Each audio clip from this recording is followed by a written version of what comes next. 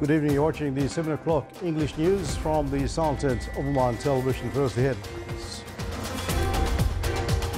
More than 1.4 billion Omani Riyals is the total value of real estate activities in the Sultan by the end of June 2018.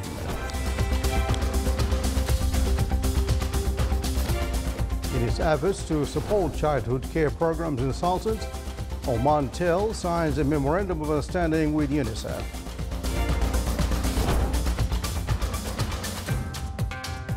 And more than 1,200 Syrian refugees return home from Lebanon.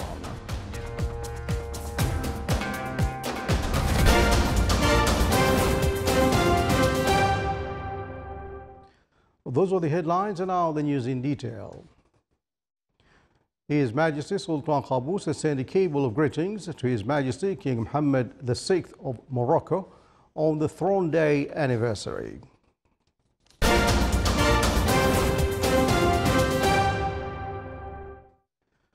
More than 1.4 billion Omani Riyals is the total value of the real estate activities in the Sultanate by the end of June 2018. According to statistics issued by National Center for Statistics and Information, the collected fees for all legal transactions reached more than 45 million Omani Riyals, increasing by 10.1% by the end of June 2017. While the trading value of sale contracts declined by 20% by end of June 2018 compared to the same period of 2017 and recorded 486 million and 300,000 Omani Riyals.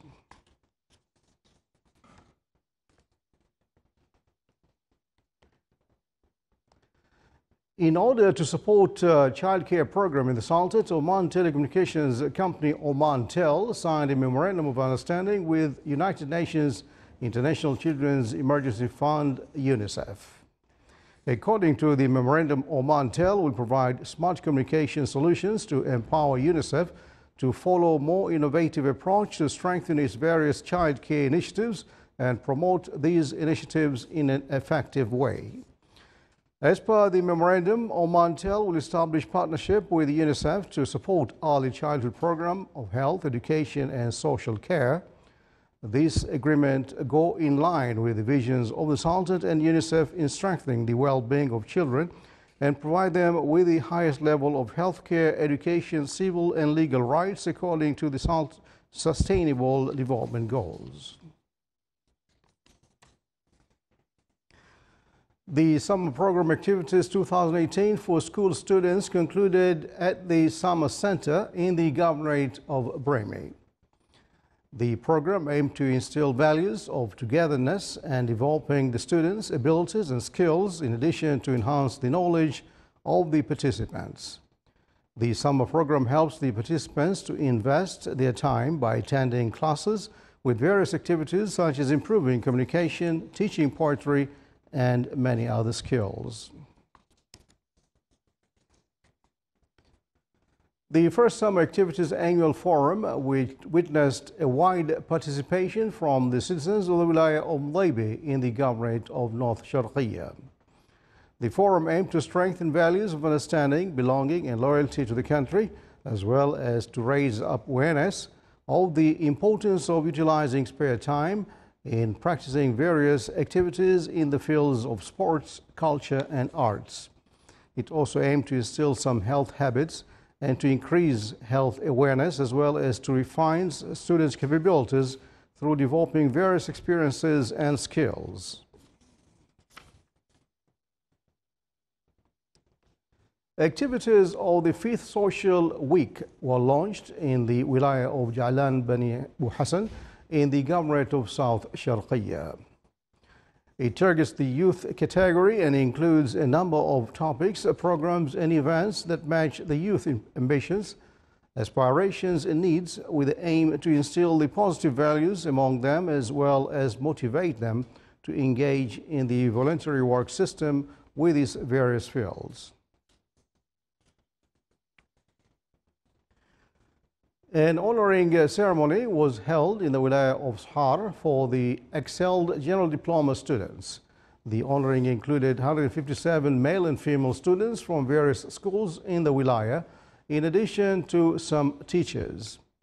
It's worth mentioning the excelled students achieved around 90% in the General Diploma exams due to their hard work and efforts during the academic year.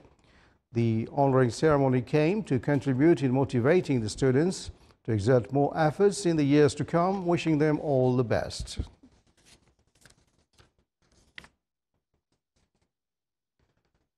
The Fakurba initiative for this year was successful in releasing 510 of those serving prison sentence for failure to clear financial debts. The initiative, which lasted for 3 months, concluded by collecting more than 400,000 Omani Riyals. It witnessed an interaction from the members of the community, institutions, companies and charity organizations, which contributed in the success of the initiative to enhance their culture of harmony and synergy in the society.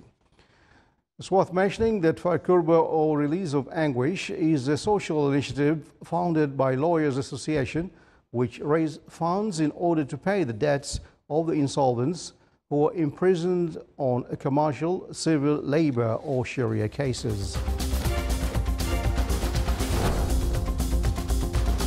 To the Camera News Bulletin.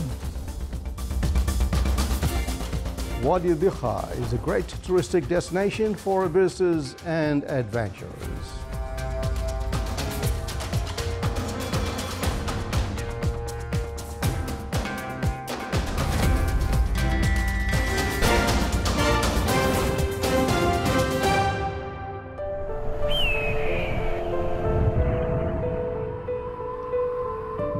عبق فاح بين جنباتها، فنفثت سلاما برائحة لبانها.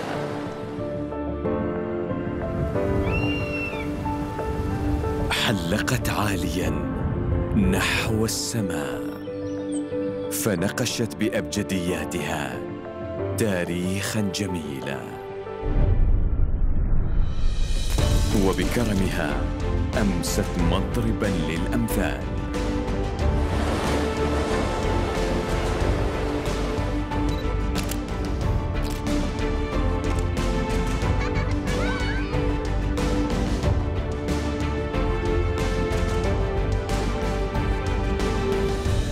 مهرجان صلالة السياحي 2018 من 10 من يوليو إلى 25 من أغسطس.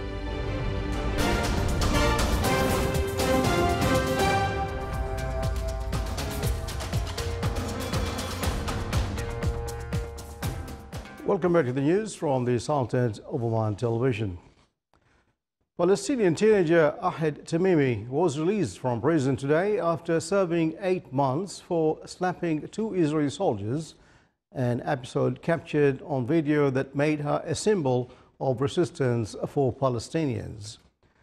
17-year-old Ahmed Tamimi and her mother Nariman arrived in their village of Nabil Saleh in the occupied West Bank, where they were met by crowds of supporters and journalists. Tamimi later visited the tomb of Palestinian leader Yasser Arafat in Ramallah and laid flowers there before meeting Palestinian President Mahmoud Abbas. Israeli authorities appeared keen to avoid media coverage of the release as much as possible, and conflicting information had meant supporters and journalists scrambled to arrive on time at the correct location. Tamimi and her mother had been driven early today from Israel's Sharon prison into the occupied West Bank. Family members and supporters gathered at the checkpoint to greet them, but the military vehicles driving them did not stop, instead continued towards Nabi Saleh. Hundreds of Syrian refugees started crossing the border from Lebanon, the latest group to return to Syria from its western neighbor. Russia has put forward an initiative to return hundreds of thousands of refugees to Syria, and hundreds have returned from Lebanon over the past weeks. The head of Lebanon's General Security Directorate called on Syria refugees to come to the Directorate's offices to register their names to return home. He said that some delays were caused by vetting those that are wanted back home. Many have returned from the northeastern Lebanese town of Arsal over the past week. Most of those heading home were coming from Chiba.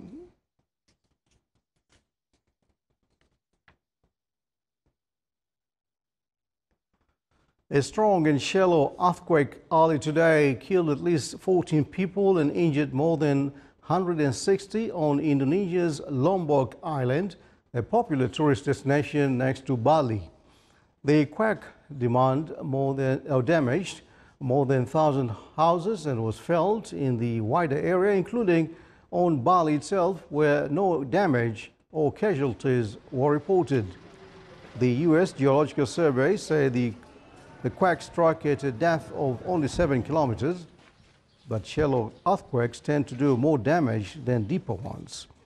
Indonesia is prone to earthquakes due to its location on the Pacific Ring of Fire, an arc of volcanoes and fault lines in the Pacific Basin. In December 2004, a massive magnitude 9.1 earthquake off Sumatra triggered a tsunami that killed 230,000 people in a dozen countries. A powerful storm slammed into Japan today, churning across western areas already hard hit by floods and landslides earlier this month and injuring some 20 people. Typhoon Jongdari, with winds of up to 180 kilometers an hour, made landfall at Ise and Mie prefectures at around 1 a.m. local time. More than 170 domestic flights were cancelled today and train services disrupted. Prime Minister Shinzo Abe warned that the storm could continue to bring heavy rain even after the epicenter had passed by. The typhoon weakened after making landfall and was downgraded to a tropical storm, but many provinces stayed on alert. Japan is now in typhoon season and is regularly hit by major storms during summer and autumn.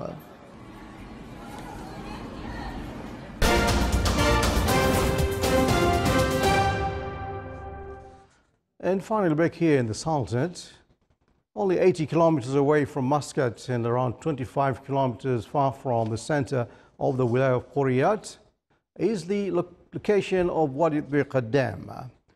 The dam, with its water flow and surrounded with beautiful nature, attracts tourists and adventurers.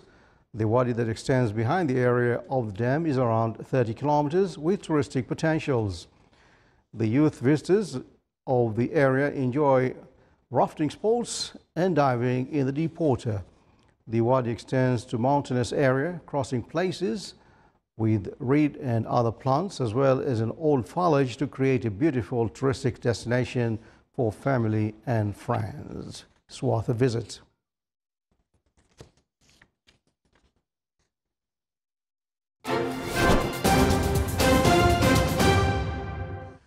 Now let's take a look at the general weather focus around the Sultanate. Cloudy skies will prevail over the coastal areas of the Governorate of Dhofar and its nearby mountains, with chances of intermittent drizzle, and rest of the Sultanate will have clear skies with chances of cloud accumulation and scattered rainfall over the higher mountains. Low clouds and fog late at night and early morning are expected over the coast of the Arabian Sea and Sea of Oman. Winds will be south to the southeast light to moderate and will be slight to moderate with a maximum wave height of 1.5 meters.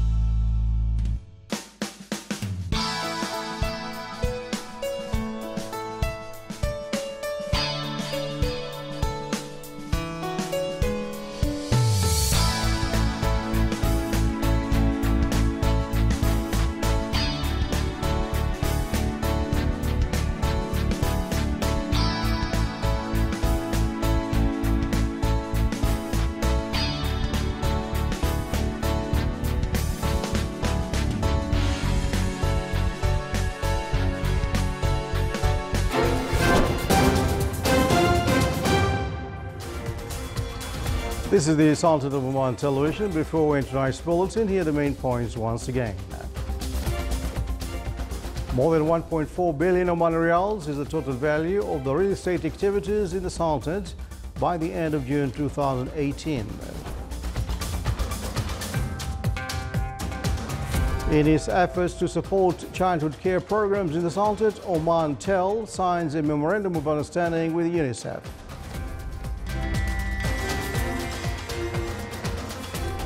And more than 1,200 Syrian refugees return home from Lebanon.